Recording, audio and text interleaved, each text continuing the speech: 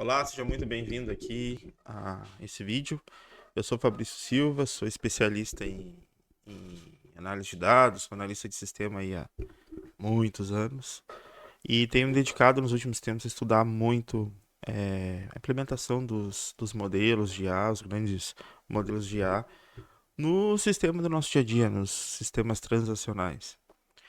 E muita gente vem falando aí, quando a gente ouve falar em IA, em sistema, a gente ouve falar muito em chatbot, mas, gente, ninguém aguenta mais chatbot travando. Ah, mesmo que seja com IA, mas, cara, não dá mais. Então, não é sobre isso que a gente vai falar. O que eu quero falar são sobre sistemas reais, sistemas transacionais.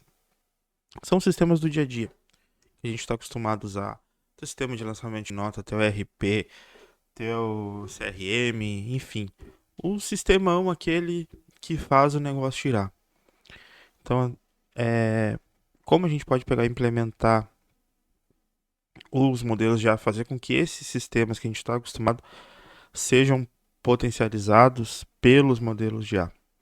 Uma das técnicas utilizadas se chama RAG, que é a tradução para geração aumentada por recuperação. Mas, Fabrício, não faz nem sentido esse nome. Vamos chegar lá. Bom, o que é a RAG? Que como eu disse, ela é uma técnica. Ela permite que sejam fornecidos dados, contexto para o LLM e ele consiga me gerar respostas mais adequadas, respostas mais elaboradas e atualizadas. Ou seja, ele consegue responder além do treinamento que ele já teve lá na OpenAI, na Google, na Cloud, enfim. Ele vai ter o contexto que eu estou passando e ele vai conseguir responder em cima disso. Quais as vantagens que eu tenho? Eu consigo imputar dados internos, então teus dados lá do teu RP tu consegue colocar, é, base de conhecimento da tua empresa, planilhas, documento de Word, documento PDF, enfim, tudo eu consigo trabalhar esses dados para que o LLM consuma e me responda, que as respostas sejam enriquecidas com toda essa gama de informação. Eu também tenho redução de erros e alucinações. Dependendo do quanto mais o LLM ele é forçado, ele começa a palavra que a gente utiliza tecnicamente é alucinar, ou seja, trazer respostas que já não fazem mais sentido naquele contexto. Então, como eu estou delimitando um conjunto de dados como contexto para esse LLM, esse número de erros aí ele é muito, muito, muito menor, quase insignificativo, praticamente insignificativo. E eu tenho respostas, além de ser confiáveis, porque são contextualizadas, são atualizadas. Então, eu posso fazer esse processo de RAG assim que o dado entra, e então todas as respostas são atualizadas. Bom, mas como que isso funciona? Eu separei aqui em duas etapas, preparação e recuperação.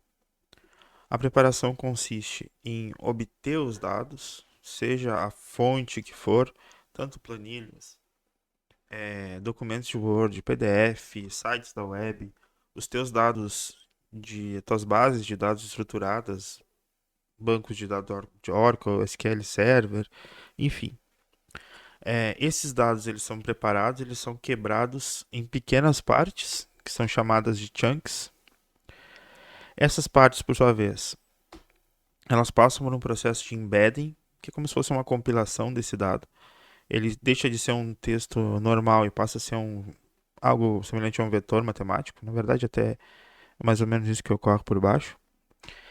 E esses vetores, esses dados embedados, eles são armazenados em uma estrutura chamada VectorDB, um Vector Database. Enfim, dessa forma eu terminei minha etapa de preparação. Então meus dados já estão quebrados e armazenados dentro da VectorDB. E nesse momento eles já ficam disponíveis para consulta. Então eu já consigo fazer queries aqui em cima desse VectorDB. Toda query que eu faço aqui, todo termo de busca que eu passo,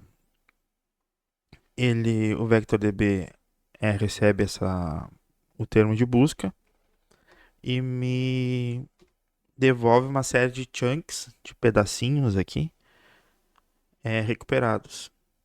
Esses chunks, eles são encaminhados ao LLM, junto com o meu prompt ali, né?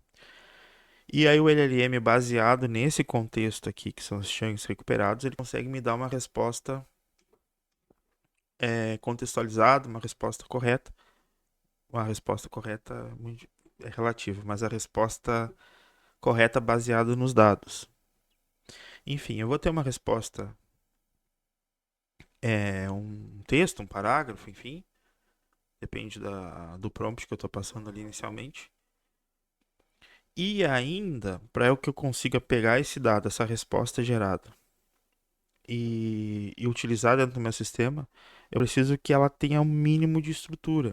Eu preciso, nos sistemas modernos, que ela saia num formato de JSON, no sistema mais antigo, que ela saia no formato XML, ou quero que isso seja um TXT, enfim. Eu tenho mais um processo extra que eu posso utilizar, que são os output parsers, que recebem a resposta gerada aqui pela LLM e são formatadas da maneira como eu quiser.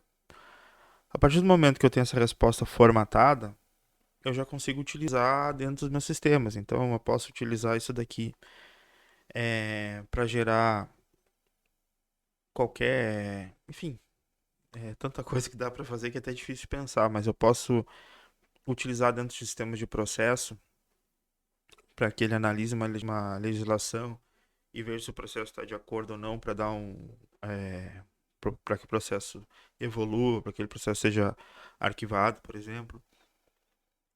Eu posso pesquisar em bases internas de conhecimento da empresa, procedimentos para que determinado formulário seja preenchido corretamente.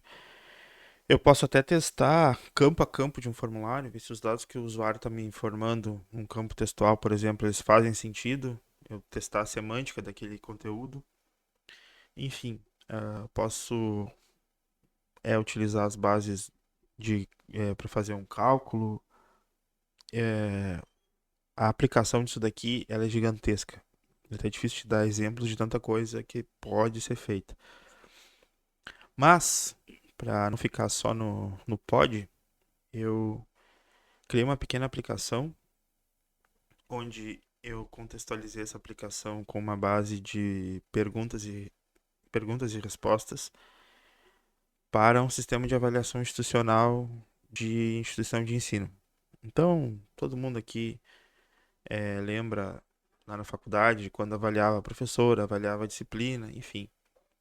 Eu criei uma pequena aplicação onde essas questões são criadas e eu faço esse processo de RAG aqui com uma série de perguntas e respostas e depois eu peço que o LLM gere perguntas para mim e essas perguntas depois vão ser aplicadas lá na avaliação institucional. Então, eu consigo mostrar todo esse passo aqui, desde a preparação, a recuperação, a criação dos output parsers e ainda englobo tudo isso dentro de uma API, um serviço. E a minha aplicação lá na ponta consulta esse serviço, me recebe um prompt, envia um prompt, recebe a resposta. E a gente consegue ver todo esse processo aqui na prática. Entretanto, isso vai ficar para o próximo vídeo. No próximo vídeo a gente abre já com código.